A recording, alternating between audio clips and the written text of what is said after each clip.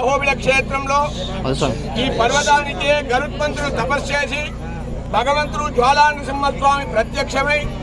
వారికి 2 వరం అనుగ్రహించారు. ఈ పర్వతానికి నా పేరు పెట్టి పిలవాలి, నేనే నీకు ముఖ్యమైన వాహనంగా ఉంటాను అని 2 వరం కోరితే జ్వాలా నరసింహస్వామి వారు ఇక్కడ అనుగ్రహించి, అందుకే బ్రహ్మోత్సవంలో అన్ని క్షేత్రాల్లో 3వ రోజు గరుడోత్సవం ఉంటే మనకి ఈ అహోబిల క్షేత్రంలో నిండు పౌర్ణమి రోజు రాత్రి 10 గంటల ప్రాంతంలో ఆ ధ్వజారోహణాన్ని గరుత్మంతుని పఠాన్ని ఈరోజు అవరోహణం చేసి భగవంతుడు గర్భాలయానికి విచ్చేసి ప్రతి ఒక్క భక్తుడిని అనుగ్రహిస్తారు కనుక ఈ గరుడోత్సవం అనేది చాలా ముఖ్యమైనది. గరుత్మంతుని ఎవరెవరు ప్రార్థించుకుంటారో వారి అందరికీ సకల విధమైన రోగాలు తొలగి వాళ్ళు క్షేమంగా ఉంటారని చెప్పి పురాణాలు శాస్త్రాలు చెప్తున్న వేళ ఈ అహోబిల క్షేత్రంలో ఈ స్వర్ణ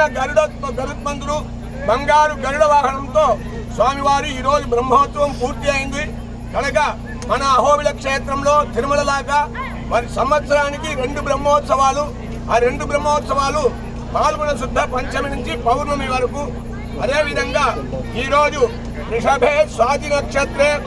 చతుర్దశ్యాం శుభే దినే సంధ్యాకాలేన సంయుక్తే స్తంభోద్భూతోత్కేసరి అని పురాణం చెప్పిన ప్రకారం చతుర్దశి శుద్ధ పౌర్ణమి మొదటి రోజు ప్రదోషకాలం స్వాతి నక్షత్రం కలిగి భగవంతుడు నరసింహస్వామి ఆవిర్భవించిన పర్వదినం. ఈ భగవంతుని ఎవరెవరు వేడుకుంటారో వారి అందరికీ సంతాన సంపదం లక్ష్మీ ఆయురారోగ్య పూర్విక శ్రీ నృసింహ పదధ్వందో దద్యాదత్యంత వైభవాద్ కాలే వర్షతి పర్జన్యః పృథివీ సస్యసాయినే